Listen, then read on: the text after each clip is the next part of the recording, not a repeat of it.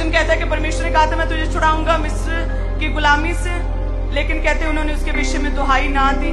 कितने वर्ष कहते वो गुलामी में रहे और परेशानी में रहे, दुबाव में रहे और बंदी बनाए गए, दुखी थे।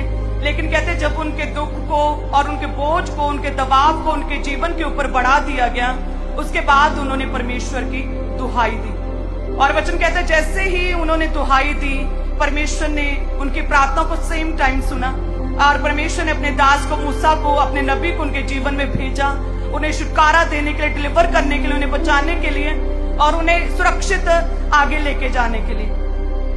और परमेश्वर भी इसी रीति से जब आप दुहाई देते हैं परमेश्वर की, आत्मिक रीति से जब प्रभु के साथ जुड़ते हैं, आत्मिक वरदानों की धुन में रहते हैं, आत्मिक रीति से अपने जीवन को जीते हैं, जब प्रेयर्स में दुहाई देते हैं, परमेश्वर इसी रीति से आपके जीवन में कोई ना कोई कार्य करता है और आपको बचा लेता है। हमने ये देखा मेंटालिटी है क्रिश्चियंस की, विश्वासियों की, कि जब तक उन्हें भारी बोझ में और दुख में शैतान ना डाले तब तक वो एग्रेसिव प्रेयर्स में नहीं जाते।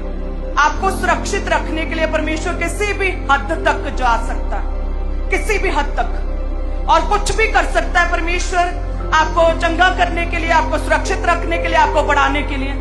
यदि आप पवित्रताई में बने रहने वाले पर्सन हैं, यदि आप प्रेयरफुल पर्सन हैं और यदि आप आत्मा में पूरी तरह से एक्टिव हैं, परमेश्वर के साथ, उसके वचन के साथ जुड़े हुए हैं, आप कुछ महीनों के लिए प्रेयर्स कर सकते हैं, प्रभु जी मेरी ये बीमारी, ये प्रॉब्लम ठीक कर। लेकिन जो मेन मकसद और मेन मोटिव, आपका मेन लक्ष्य यही होना चाहिए कि प्रभु जी मुझे आप बढ़ाएं, आत्मा में बढ़ाएं परमेश्वर, तेरा आत्मा मुझसे कभी भी अलग ना होने पाए परमेश्वर। ए खुदावंद मुझे ऐसी दिलेरी, ऐसा हियाब दे परमेश्वर, मैं शैतान को डांटूं और मेरे जीवन से वो खत्म हो, कैंसिल हो।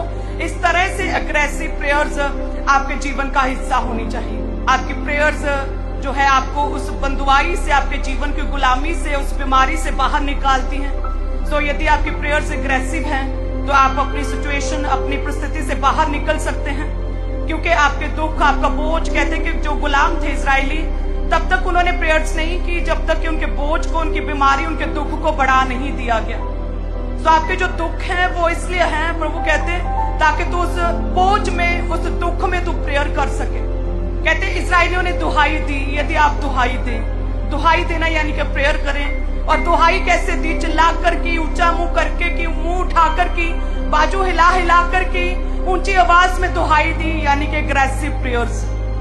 यदि आप एग्रेसिव प्रेयर्स अपने जीवन में रखें, अपने दुख के विषय में, प्रभु आपको छुड़ाएंगे। हालेलुया।